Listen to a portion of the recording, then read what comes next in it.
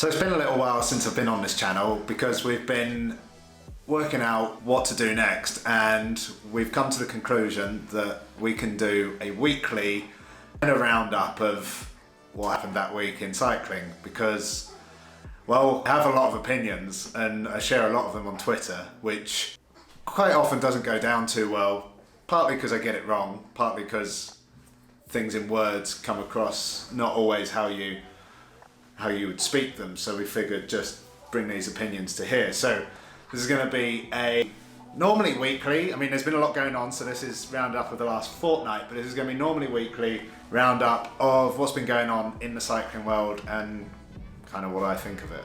The week that was. Yes. Jazzy intro music. We probably won't have that every week.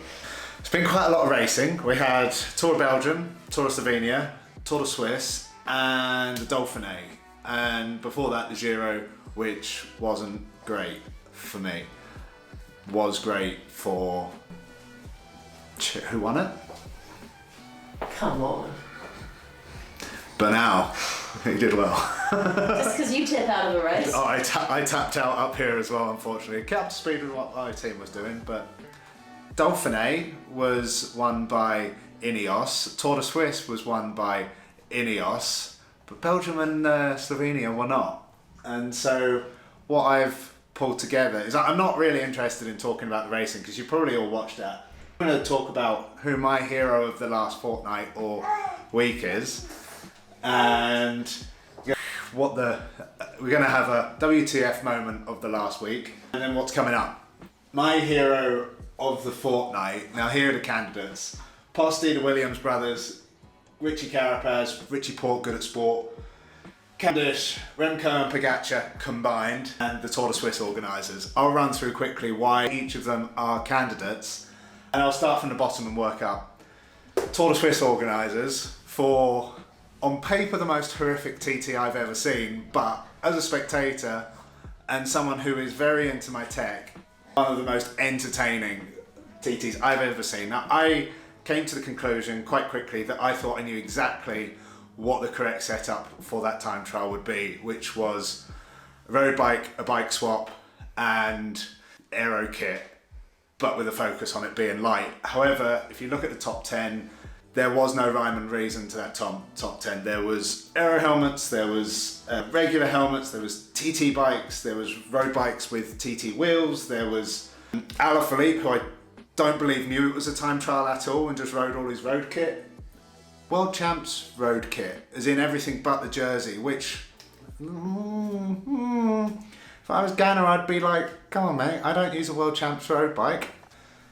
It was great. I mean, I would, if I was there, it's not a TT I would like, but I loved the kind of thought process behind what to use. Switzerland continues to knock out good time trials because they don't abide by the rule book. They just throw curveballs left, right and centre. Anyway, Remco Pogacar, they won bike races.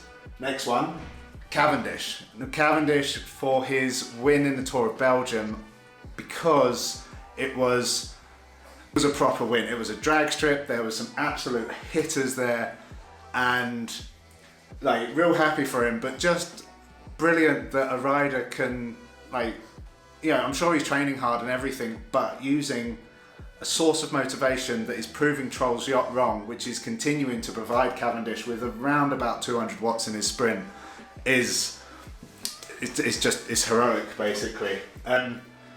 Richie Porte, good at sport, he won the Dauphiné, that was good, and Richie Carapaz, he won the Tour de Suisse, and that was great as well. Next up, the Williams brothers. Now, the Williams brothers have done something quite special this year with putting together Legion, and I was teammates with Justin back in 2010, and I witnessed a bit of why Legion exists. I won't go into the details of that, and I've been a massive supporter of the team. Now, they've gone to Tulsa in Oklahoma 100 years after some fairly sort of diabolical historic events, and they've cleaned up. And I think the sort of underlying message behind that is great. And for me, anyone that is bike ride racing for a reason beyond just racing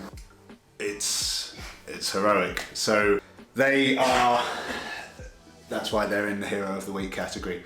The winner's Posselberger, Lucas Posselberger. Now Dauphiné seems a little bit of a way away, and you know, he did a cracking time trial. I was fully in awe of his TT.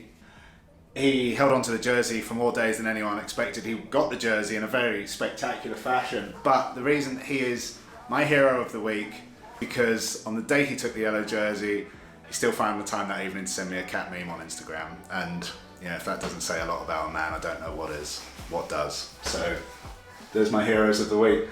The WTF of the fortnight is the ship handlebars incident in the Tour of Belgium, and the UCI in my mind limits technological advancements more than I think they should. Anyway, yeah. So the handlebars, I mean, ship turned up with handlebars that weren't UCI legal and subsequently got kicked out of the race, and then it blew up in the press, subsequently getting the handlebars a hell of a lot of press. So kind of wondering who the winner and loser is in that situation. So that was that. And now lastly, what's upcoming?